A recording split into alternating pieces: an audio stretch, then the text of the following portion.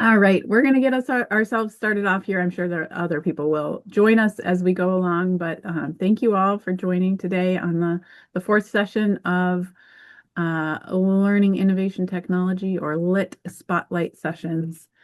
We have, of course, today is Julian Davis, if I can get my slides to advance. Think outside the LMS, capturing real-world performance data with remote reviewer. And I'm super excited to get a peek at this, as I've heard a lot about it from others, but have not had a chance yet to look at it myself.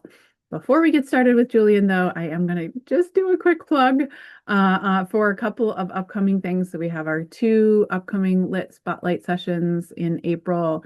The next one is a week from today on April 9th with Jacinta Penn, also on the other side of the globe from us. So this one will also be at 4 p.m. Eastern time if you are in the United States. I forget what time that is in New Zealand, but not quite as early as it is for No, Julian. no. So thank you, Julian, for waking up early for us today. And then the following week, Vince Hahn from Mobile Coach will be joining us for the next generation AI web widget for enterprise training and coaching, back at 11 a.m. Eastern time. So, of course, all of our sessions are recorded. So if you don't catch it at the time it's happening, that's okay. You can always catch up and find those sessions in the Lit library. I'll give you that link in just a moment. Another quick plug for something that's upcoming is we do have an in-person event happening in May, May 8th to be exact, and tickets are now available if you go to torrancelearning.com/lit-party. So this will be an all-day event on the campus of the University of Michigan in the School of Education. We're partnering with them, so we're actually excited to see. I know we have at least one session that is a student group at U of M that will be sharing what they are working on. It's a student group, right, Megan? Yes. Okay. That's what I thought. I then thought maybe I was wrong on that. So now I know. This is the lineup. I actually don't have the student group listed on here, but they will be added to our lineup. This is all the people that we have on the schedule thus far for this party is lit. Potentially one or two more being added to the schedule. So we're still in the finalization process for things, but we're excited for a really exciting lineup of some things that are a little more strategy, but many things that are very high, on the more technical, geeky, nerdy side of things, and seeing everything from AI to some more xAPI stuff as well. So we are excited for this party is lit. Of course, that is only a piece of what we do. We've got the lit library where you can catch up on all the past spotlights, and then stay in the loop by joining the lit community. So I think many of you are probably already on that mailing list from us. But if you're watching this later as a recording, we'd love to have you join our mailing list so that we can keep you up to date on all things lit. So yes, feel free to reach out to us at any time, lit@torrancelearning.com. Without further ado, though, I would like to pass it along to Julian Davis to tell us all about remote reviewers. So Julian's a digital learning engineer with xAPI specialist based in Brisbane, Australia. It's been about 20 years since I've been to Brisbane, but I'd love to go back and visit Julian there someday. He is the founder of Remote Reviewer and co-founder of xAPI Collective. Julian focuses on structured evidence design, assessment, governance, and open standards, helping organizations think outside of the LMS and build interoperable learning ecosystems that capture real-world performance. So with that, I will stop sharing and you, Julian, can take it away. Show us what you got. Okay, let me share my screen. I'll start off with good evening, good afternoon, good morning, wherever you are in the world. It's nice to see you all. Okay, so let me start. I'm caffeinated, so we're okay. just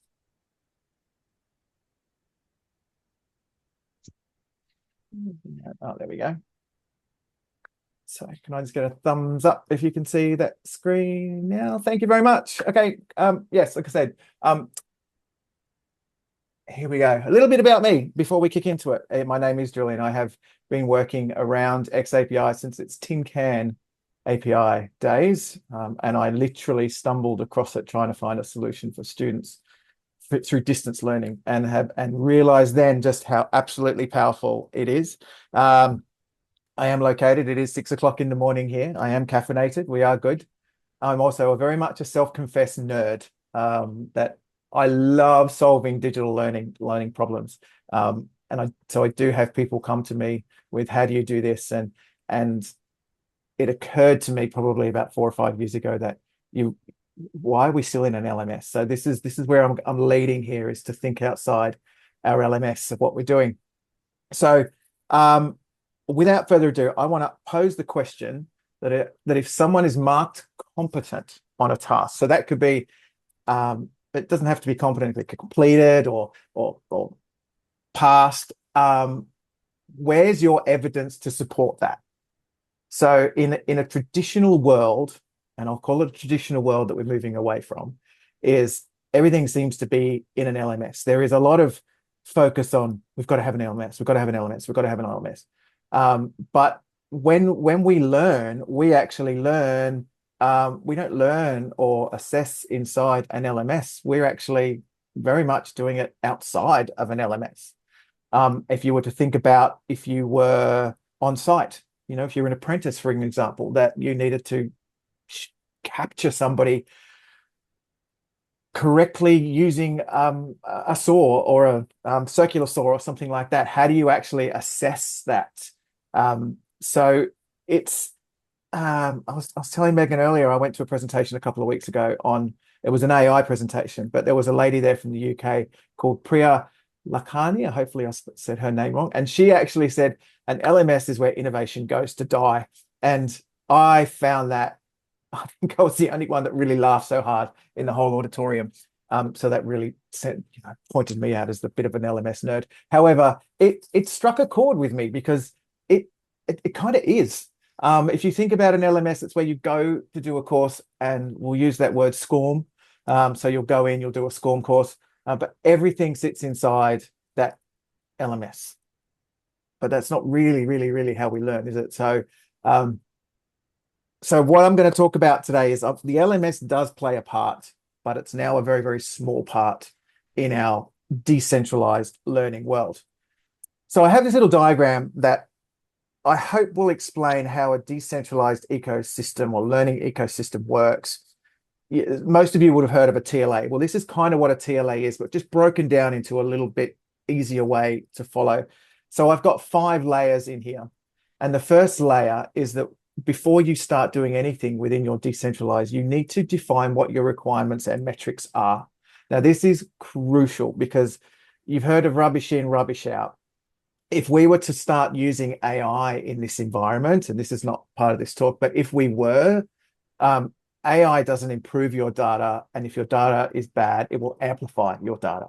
Okay, so this is where you really need to get things in order first. You need to check if you're using any frameworks or any assessment requirements, or what your evidence expectations are, what it is that you want to measure, any governance. So it's a really critical part of the whole system.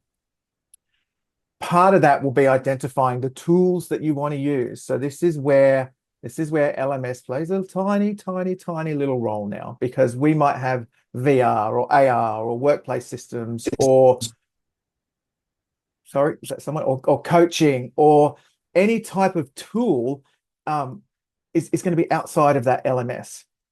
This is where we start to capture what the learner is doing, or how, if we are assessing them. This is where xAPI gets started to get generated within this particular layer. So this is where we can find out if a learner completed a module, did they do a workplace task, did they submit any evidence, any feedback for coaching. It might be a competency conversation. It could even be watching a video, a Zoom video, or a YouTube video, or anything like that. This, of course, is then stored inside our learning record system. So this is the central hub of where everything is going to be stored. And as we know, it has to comply to the xAPI specification. You can't just put any old database system in there at all. You could, for those, I've worked with a few organizations that have what they call noisy LRSs, where that's your central learning record store, and then inside the learning record store, they feed out to other learning record stores that are particular to particular areas within the organization. From there, you've got an analytics stage. So this is where we can actually start to use the tools can then pull that xAPI data and start using it for your learning analytics or you put it into AI models. We are now talking about consistent structured data through xAPI. Okay, and that's the biggest difference here. And from there, you can then pull that data to start looking at verifiable credentials or capability dashboards, anything that you've now got structured data. And this, I guess, is what I'm starting to focus on here is you don't have these proprietary APIs where you've got to have middleware that's going to go out and do some transforming and then come back and then put it into all different formats. You've got the standard format right from the onset. So that's my little introduction to what a decentralized ecosystem works. So how does Remote Reviewer fit into this? So there's a bit of a blurb on what Remote Reviewer is. This Remote Reviewer for me started as a conversation with a work colleague, who was working with an organization down in Melbourne who would fly overseas a lot to assess skilled workers coming into Australia for visas. And they were looking for an alternative solution of how this could actually work. And at that particular time, I was looking at the video profile. The xAPI video profile was just fortuitous that it actually landed at the same time. And my brain kicked into gear and thinking, well, hang on a minute, we could actually, there's a bigger problem here that xAPI can solve. So this Remote Reviewer has been an ongoing project for the last 5 years.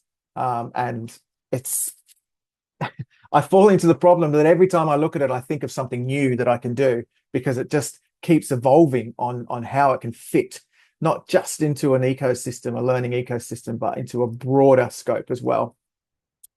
So how does it work? I've got Remote Reviewer is based on building a review, hence the word reviewer.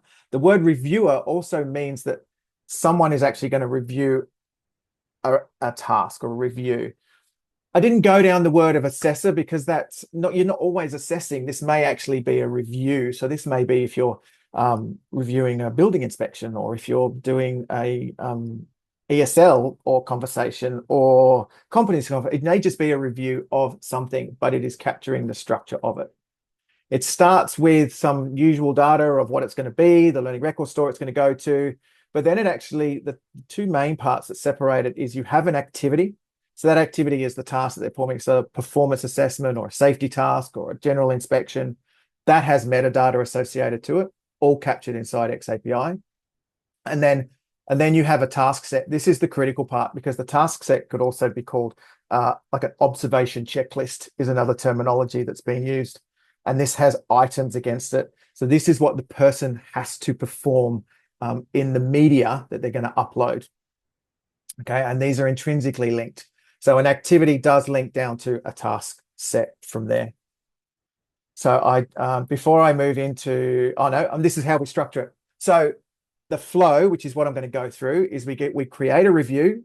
So this is a template-based, wizard type base that creates it.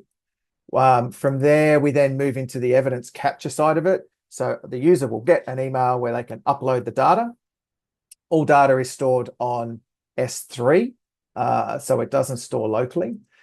Then we have, and this is a very new feature, so I'm kind of previewing this today actually, is the rules of evidence.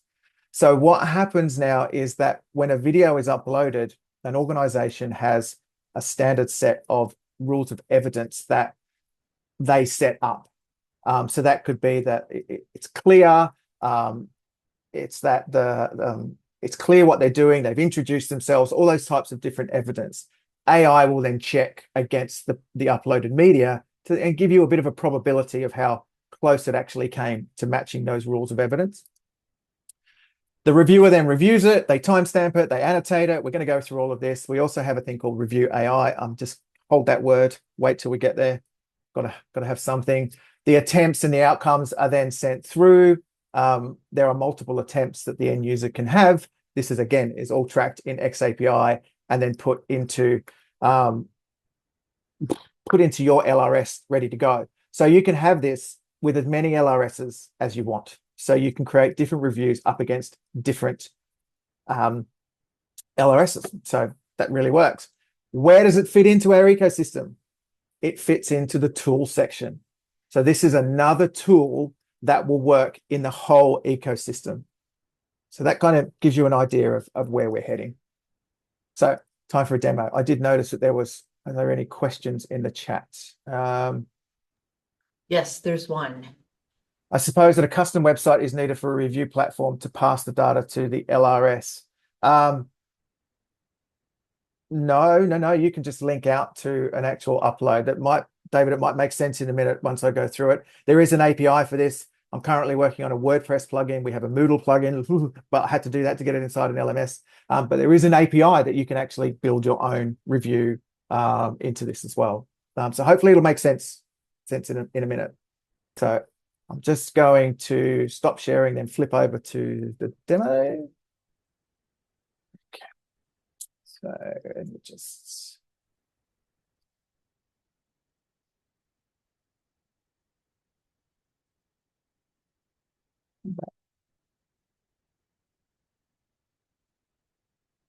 I'm actually going to share. Sorry, you're going to see me momentarily. There we go. Can all see my screen. We can all see remote reviewer. Yes. Yep. Thank you very much. Right. Okay.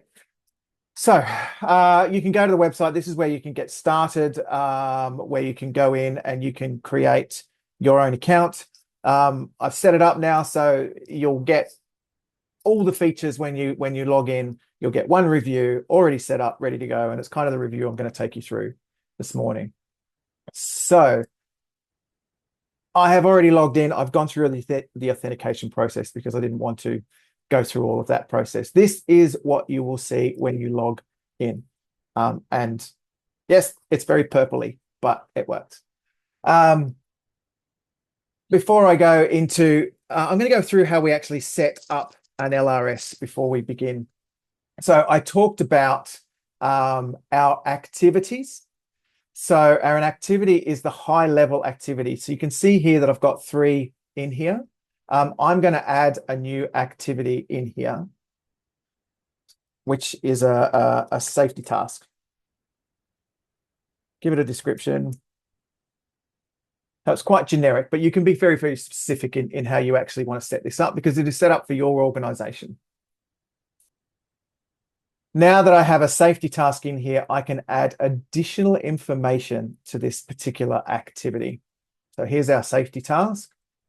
And now if I want to, I can go through and add some predefined fields that I have against, so it's like metadata against this particular activity, or I can go through and create my own labels against this particular one. So if you have an activity that's specific to this for a particular area and you want more metadata against it that is saved at the review level, you can add this in here. This will work at a later date when you are doing any analytics against a particular review. Okay, so in this instance, I'm just going to put some notes in and I can mark this as required if I need to and attach a field. And now I have that against the particular activity, which you'll see very, very shortly.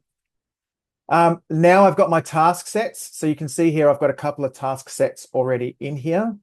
I am going to generate, so what I'm going to take you through today is how to fit a life jacket.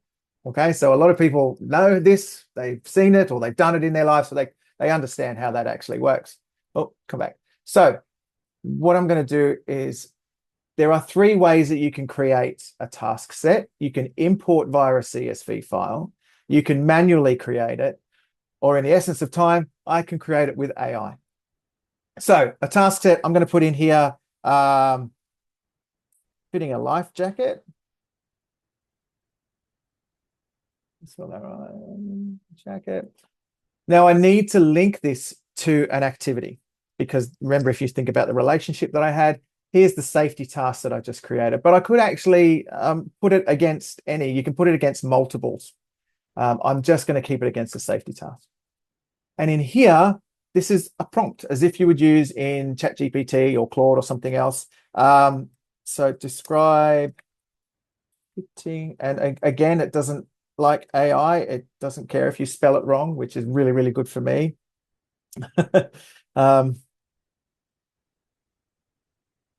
So I'm just going to say describe fitting in 10 steps. Okay, actually, I will change that because that maybe, and let's see what happens. So by default, it'll generate 15 task set items, which is quite a lot. However, I've told it to go away and generate me 10. So if you can see down here that it's now created 10 tasks or 10 items that I can now create as a task set. Now I can go in here and I can edit them. If I want to edit them, I can delete them. I can do pretty much anything that I need to do in here. It's given me the order. Once it's been saved, I can then go in and edit, and I can move the order around if I need to. So I'm going to, I'm not going to touch this. We're just going to see how it works. We'll create that task set. We now have a task set, and we can see here fitting a life jacket. And there's 10 items in there. This is what we need to do before we actually start creating a review. So let's go in and create a review. So it's a 3-step process. The first thing we need to do is we need to tell it that this is a video review. So you've got video and audio. Audio came about because I was working with a college that works in childcare, and we couldn't have video of the children. So they wanted to have competency conversations. So we now do that through audio. Audio has the ability to transcribe in here as well. So you can transcribe the audio into text, which is also saved against xAPI.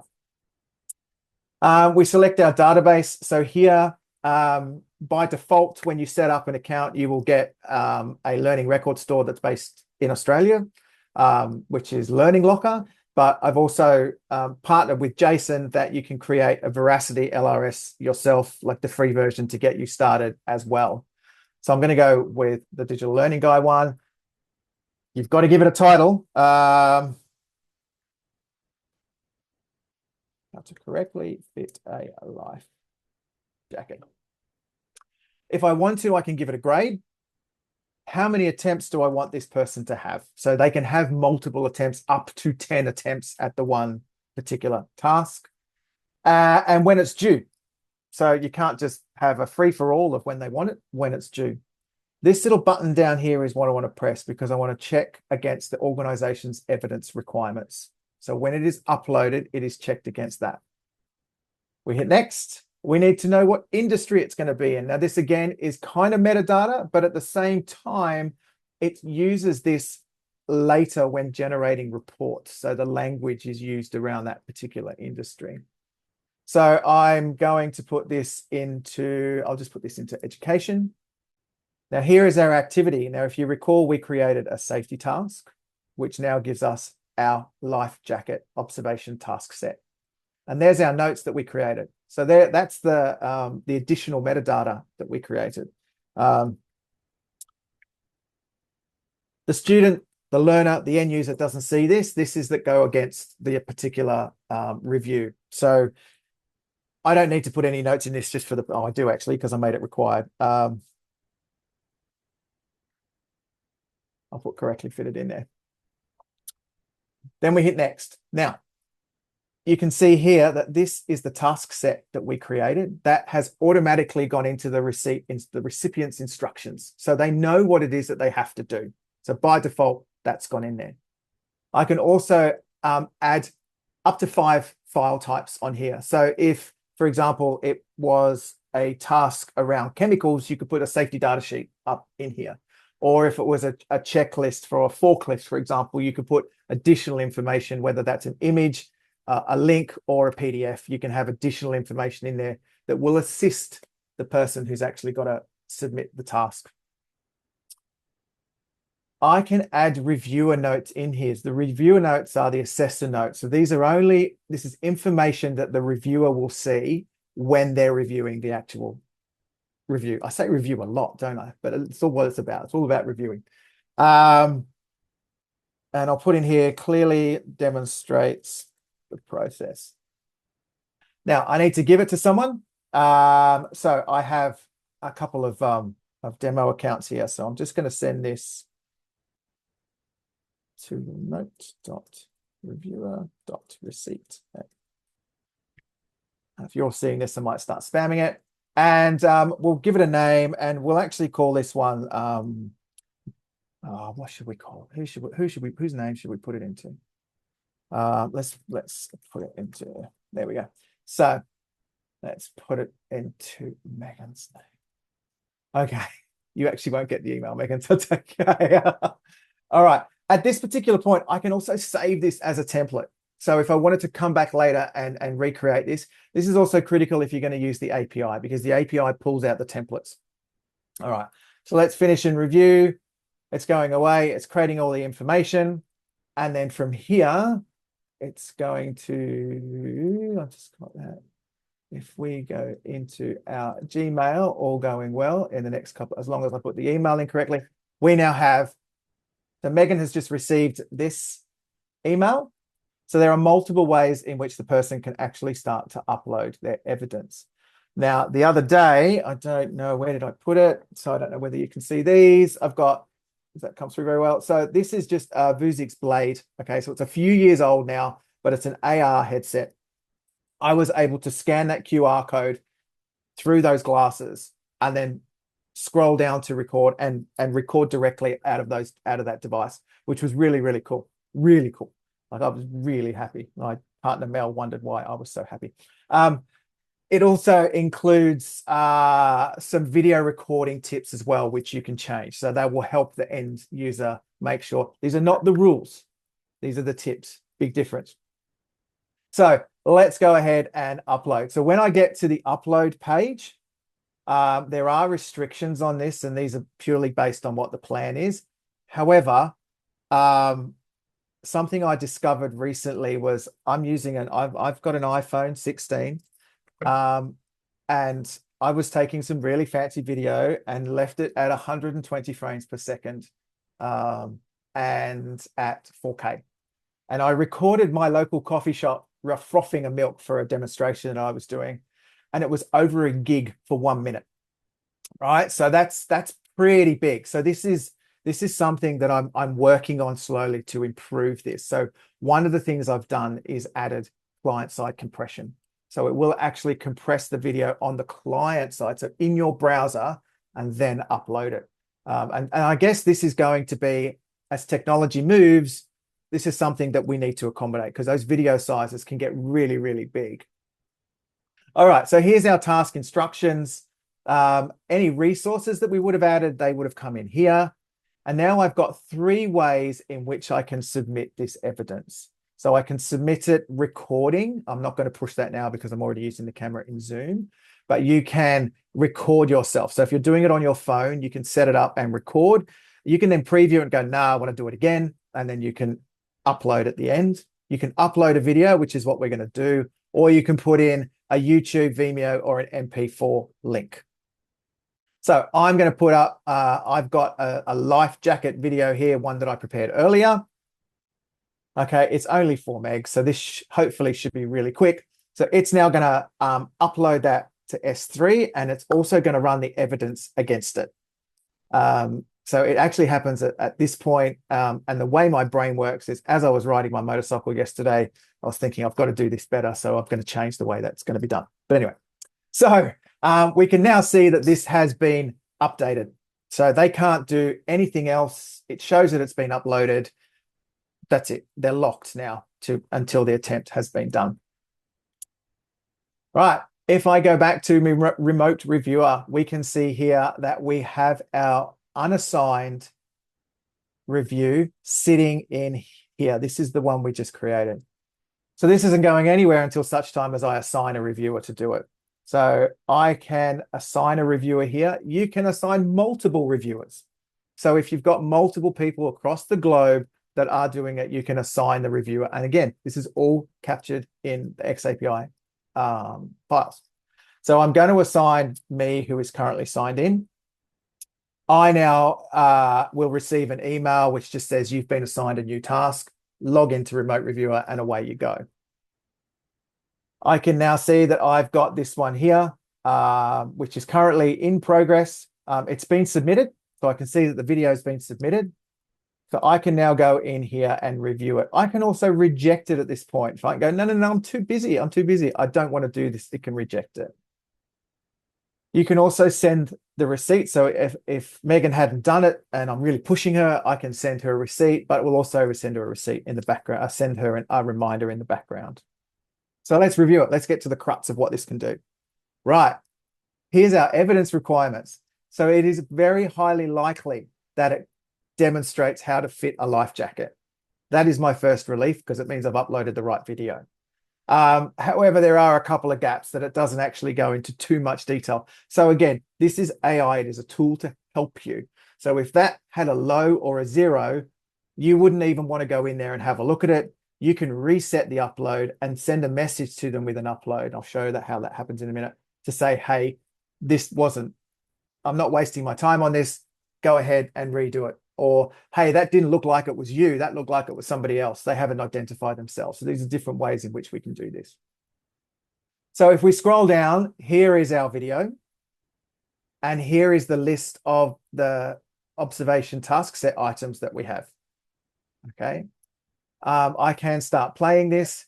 I'm not sure whether you can hear that, but there is audio that's coming through. This was one that I just pulled off the internet. Okay, so it's a 44-second video. And this is where I can annotate the video. So if I scroll forward, I'll just cancel that. If I scroll forward a little bit to where he is, we'll just scroll forward and I want to highlight where I can manually blow that up. So I'm going to select the circle, I'm going to make it white, and I'm just going to draw over the top of that.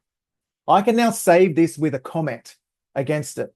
So I can see the manual valve. No, that's spelled really bad. Valve. I'm under too much pressure this morning, or I haven't had enough coffee. So I'm going to save that comment. And I'm going to save that comment. These are the joys of live demos, aren't they? They're not sending to my... There we go. So that has now annotated the video and saved it against in xAPI as well. Now, what I do want to do is I now want to run Review AI. So Review AI will grab the video. It'll split the video into audio and video images. So AI won't analyze the whole video. The way AI works is it actually breaks it down into images and then analyzes those images.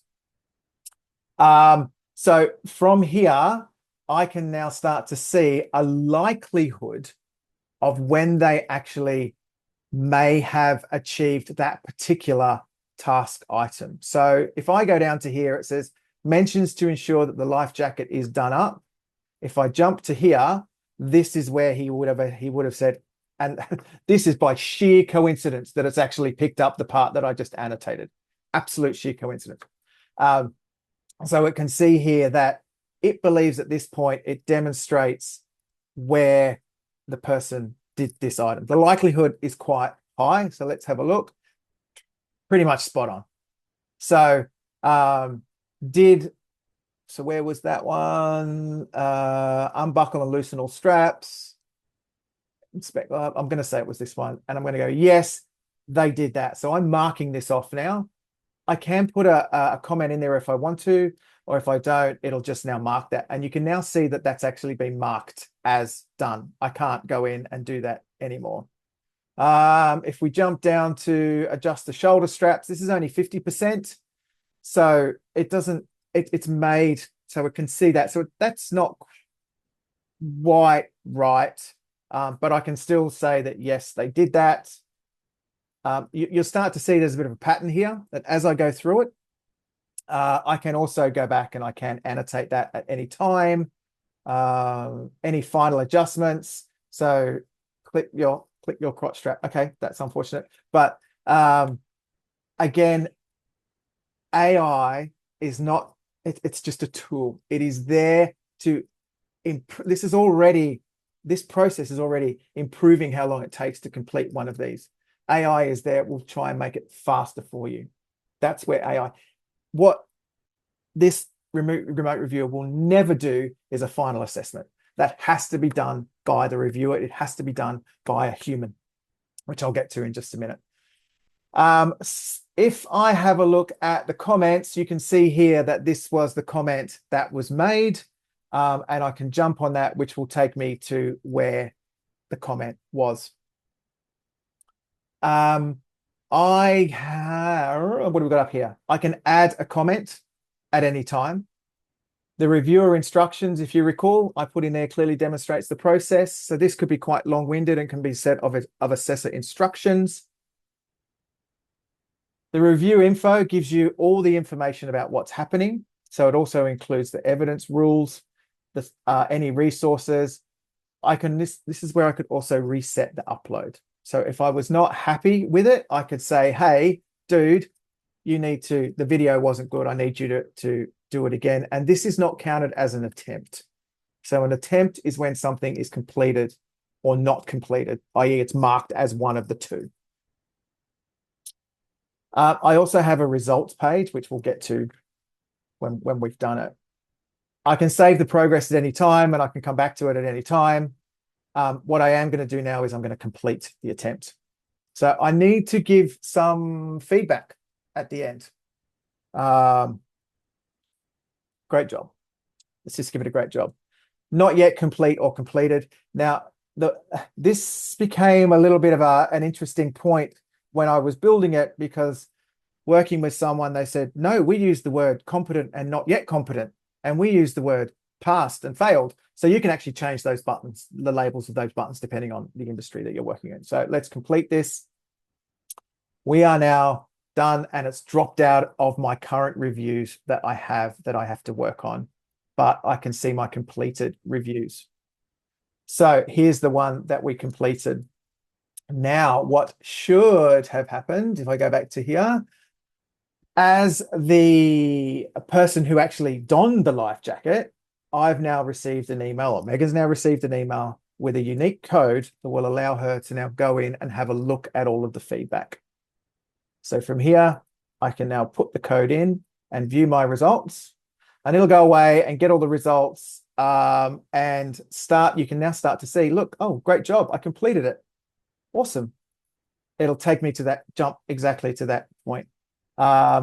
Here is and there's the markup that I did as well. So the markup will stay for 1 second before and 1 second after the actual timestamp in which it was done. So I've got this forever. As long as I've got that code, I can go in and review all of the information about that. So even all of the multiple attempts, I can go in there and I will be able to see all of the different attempts. If there's more than one, I can go in and have a look at the feedback from all of the different attempts, and I can build on that feedback as well. Now, if I go back into Remote Reviewer, what I want to do is I want to have a look at the results for this. So this will now give us a results page of how it all was pulled together. Again, it only needed one attempt because it got completed. They didn't require that on the second one. We can see here all of the, I can jump straight to these points that we created during our review. And we can also see down here, this is the timeline. This is the xAPI for everything that is stored, and it's been put in an easy to use format. So I would have JSON scattered all over this for people to look at, but they don't really need to do that in this environment. We're talking about people who would be assessing. They don't need to know what xAPI is. but us as in the learning world, we do. It's important to us. So we can see here that we completed, we seeked, we paused, we played. What's important here is that if it comes to audit time, you have complete transparency of what happened. So if an assessor just started at the beginning, seeked to the end, clicked finish, you know that they really didn't review that information. This is using the video profile. Okay. Now what I want to do is I want to generate a report. So this will use AI and go ahead and generate a report that you can use to send off to someone for whatever reason. And it will also save it against xAPI. And you can have multiple reports against it. So we can see here that whether they actually met them, any feedback, it's quite, it's a very high level overview, but like I said, it has now been stored against the actual review. So again, this is traveling. If we go back to that decentralized model, it's all in the LRS. The only information that's stored inside Remote Reviewer is just what it needs to do the review. So I can regenerate this report, or I can have a look at the current stored report. Each time a new report is generated, the old one is there and it's voided because we know we can't delete statements. I don't want to upload one, so it just voids the last one, which you can still see. If you go into an LRS, you can still see it. When it comes to LRSs, you can add here as many LRSs as you want. You can see here I've got Veracity and I've got my digital learning guy. There's a very, very simple reporting dashboard in here because most of your LRSs will come with one. So if I select the digital learning guy, we can see here a bit of a trend over time that's pulling the information out. This is something that I am going to build on and do more with because I would like to pull statements out and export statements if you really want to. However, there is the ability to export your data in one hit. So again, this came out of a request that says, well, hang on, we want to move away from this. The project's been completed. We need all the information. Can you give us all the information? So you can select all of your data and it will export it in a compressed package. It'll give you JSON files with all the xAPI in it. It will give you the video files. It will group them by review. It'll give you everything that you need to take away with you offsite and work on it. It'll give you a spreadsheet of everything that's in there, who did what, and you can do that for a single receipt, reviewers, or selected receipts. A user report. This is where, let's see if Megan comes up. This is where I can go and get, now the reason this has come up, not just for Megan, is because I've used the same email address for multiple people. Okay. So this is where I can start to get user reports. So if this was the same person, you would see here that I've got 5 or 6 tasks that this person has completed or reviews that this completes. So it gives me a very high level overview of what a user has done. If I was to go into here, you can see the feedback and comments. There's an activity summary that's been summarized, anything that was required, and then I can go into my report and see that go in for a read only to have a look at that report. We'll go back to the one that was completed, and that'll go ahead and it's loading because it's slow. It'll go ahead and read that as a view only report, which you could go in. So it's another way in which you can go in and have a look at it.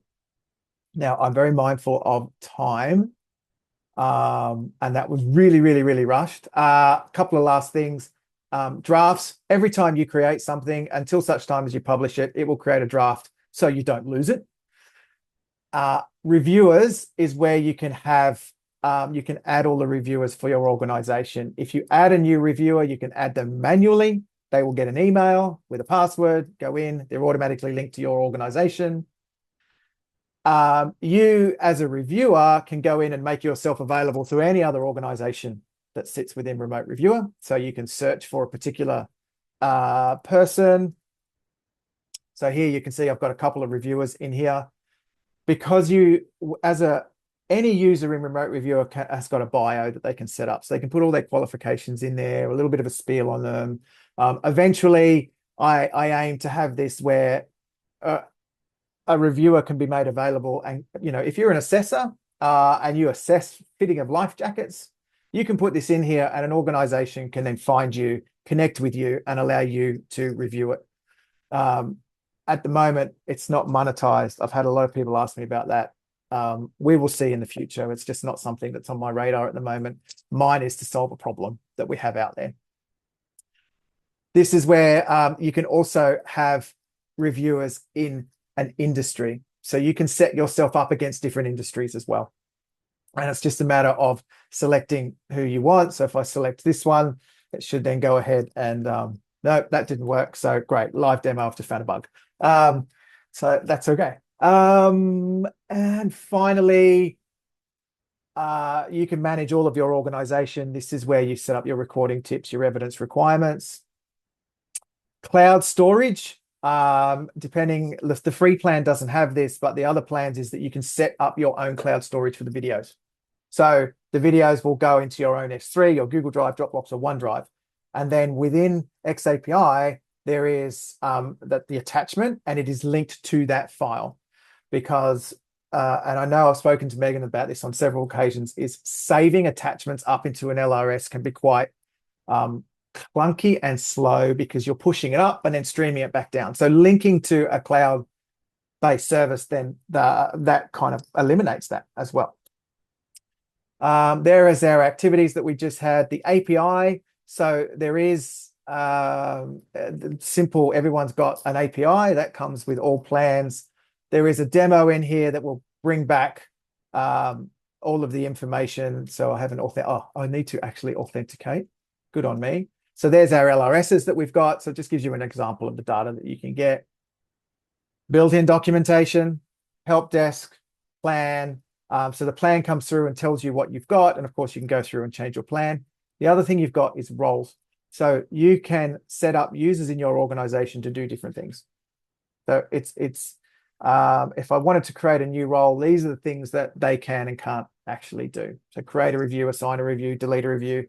You don't want someone going in there and just willy-nilly deleting reviews. So you have that option in there as well. So I think I'm just about done. There is obviously notifications. This is a quick dashboard. I think I have pretty much done and get ready for some questions. I've got one slide that I wanted to share. I can see that there is quite a lot of questions that have come through, so I'll check them in just a minute. I just want to run this. And just share. See my screen. This is what I want to throw at the end. This is my LinkedIn profile. Let's connect if you want to talk. Happy to talk xAPI all day about what it can do. One thing I didn't mention, let me know when you've got that, because I'll just drop something in the chat, is that there is a profile for this. So if you are aware of xAPI, there is a profile, an xAPI remote reviewer profile page. So I'll just put that in the chat. So if anyone wants to go in and have a look at it, here it is here. So I'll just pop that in the chat where you can go in and you can actually have a look at it. And I actually punched this in the JSON LD file into Torrent Learning viewer, profile viewer, and it just worked. And it was like, yes, I'm doing something right. So that was really, really cool. Really, really cool. Oh, thanks, Jamie. So yes, that's it. Thank you for coming along and looking at my passionate little tool that I've been working on for a number of years. So now I'm just going to have a look at some of the questions, if anyone else has got any other questions. David, are you in a spot where you can come off mute and just ask the questions so Julian doesn't have to scroll to the unanswered ones? Let me see. I mentioned a question about, like, in your remote viewer profile, is that a combination of like the video profile with something else, or is that So it utilizes the video profile, and that's the great thing about profiles is you can actually embed profiles in profiles. So there was no point reinventing the wheel because it's already there. So right. so it and there are so there are obviously some, it utilizes the standard verbs that are in the library. I didn't want to overcomplicate it. Where Remote Reviewer comes in is in the extensions aspect of it. So it defines what the extensions are as well. So yeah. I had another question about like, I know that XPI statements can be very unwieldy, like there's so many. I'm just wondering if there's a connection between those statements and the target task that checked off and if there's missing, or I'm just thinking haphazardly here. Is that the best practice within the app, or is that generated through the report? The task sets, is that, I'm sorry, I'm not quite following what it is that Yeah, you... I'm trying to figure this out, because it's like I'm just wondering if you just want to give like a summary, or is it of going through all your API statements to match it with your conformance of the task? So Yeah. they're all linked together through an activity ID. So that's our unique identifier, and that is created. So a GUID is created in Remote Reviewer, and that is appended, which becomes your unique activity ID, and that's where everything is linked together. That I found was the easiest. It will also have you can have the relationships in the xAPI statement as well, and the parents that you can link to as well. So is that what you're meaning? So if you were to go into a learning record store after you've done this, and by all means go in, have a play, and then go into your LRS and have a look at the xAPI statements. I didn't want to go that far into detail today, but go in and have a look at them. And that should tell you, that should give you an idea of what it is. I don't know if I'm quite answering your question. No, But I was thinking, let's like after you're done with the session, and you're Yeah. wondering if the user or the learner has completed or complied with the life jacket task, and then later on, is there some kind of automation utility that would give you a whole summary, Okay, and not to give the whole shebang of the whole gotcha. list, This and would just come like down summarize to, for so you, you know? yeah. Now I understand. So if you go back to that decentralized model, Remote Reviewer is a tool, so it is a part of that. They may actually have needed to do some theoretical component via an LMS, for example, that is still feeding the xAPI. It is when you get to that the layer, like the skills analytical layer, where everything would pull together. So it's at that layer that you would do it. Remote Reviewer will do it to a point for that specific review. However, when you get to that layer of analyzing the data, I think that's where you're saying where you can pull everything together. So any other additional tools that they've used with Remote Reviewer, it will pull it all together to give you a holistic view of what that learner has done.